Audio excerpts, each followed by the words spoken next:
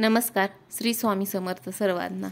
स्वामीची कृपा ही नेहमी तुम्ही व तुमच्या परिवारावरती राहो हीच स्वामींच्या चरणी प्रार्थना. तर मित्रांनो, आजच्या व्हिडिओमधून आपण मौनी अमावस्या कधी आहे व त्याची संपूर्ण माहिती बघणार आहोत. त्या दिवशी दान काय करावे, कोणत्या झाडांची पूजा करावी याची संपूर्ण माहिती बघणार आहोत. तर तुम्ही चॅनलवरती नवीन असाल तर चॅनलला नक्की सबस्क्राईब करा. तर मित्रांनो, मौनी अमावस्या ही पौष महिन्याच्या कृष्ण पक्षात साजरी केली जाते. मौनी अमावस्येला पवित्र स्नान, पिंडदान आणि दानाचे विशेष असे महत्त्व आहे.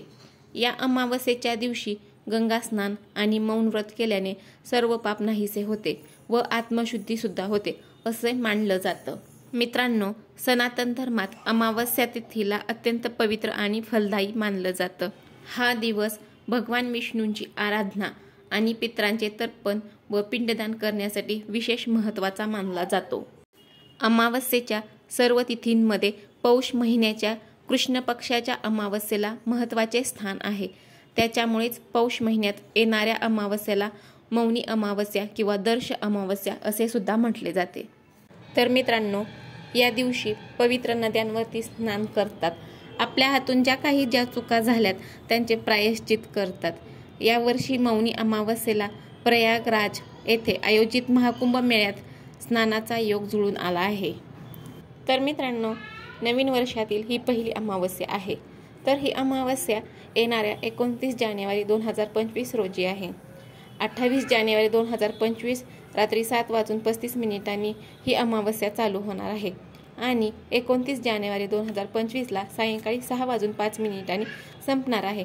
त्यामुळे ही मौनी अमावस्या ही 29 जानेवारी 2025ला आहे.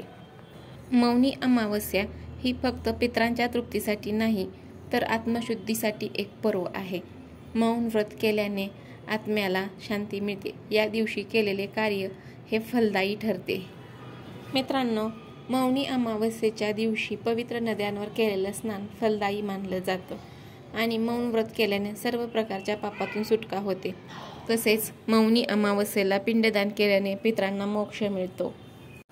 मौनी अमावस्येला दान करण्याची परंपरा ही खूप महत्त्वाची मानली जाते. या दिवशी अन्न, धन, तीळ, वस्त्र दान करतात. हे सर्व दान केल्याने आपल्या जीवनातील अडचणी दूर होतात. वस्त्र दान केले तर पितर प्रसन्न होतात आणि जीवनात सुखशांती येते.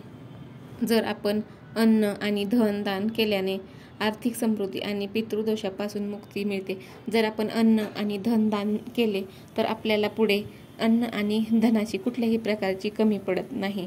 तसेच आपल्याला पितृदोषापासून सुद्धा मुक्ती मिळते आणि आर्थिक समृद्धी होते.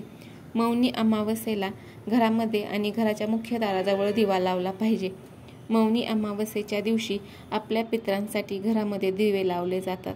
आपल्या घरामध्ये दिवे लावल्यामुळे आपल्या घरातील निगेटिव्ह एनर्जी दूर होते आणि आपल्या घरातील वातावरण हे सकारात्मक होते.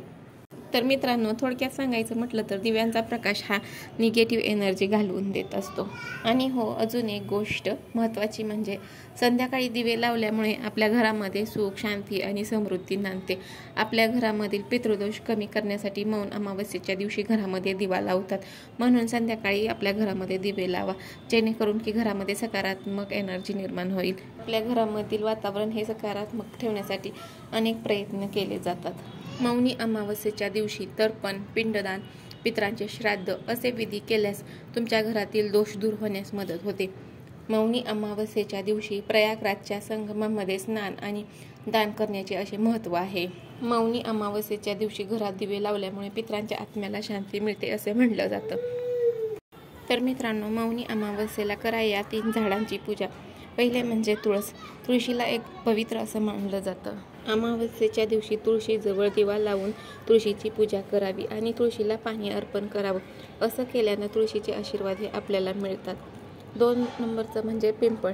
पिंपळाच्या झाडाची पूजा करा. या दिवशी पिंपळाच्या झाडाची पूजा केलेली अत्यंत शुभ मानलं जातं. असं म्हणतात की पिंपळाच्या झाडाखाली त्रिमूर्तींचा वास असतो. म्हणून मौनी अमावस्येच्या दिवशी पिंपळाच्या झाडाची पूजा करा. आणि 3रं म्हणजे बेलपत्रांच्या झाडांची पूजा या दिवशी करा. हे झाड भगवान महादेवांचं प्रिय झाड मानलं जातं.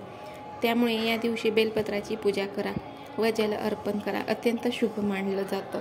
तर मित्रांनो, व्हिडिओमधील माहिती आवडली असेल तर नक्की लाईक, शेअर, सबस्क्राईब करायला विसरू नका.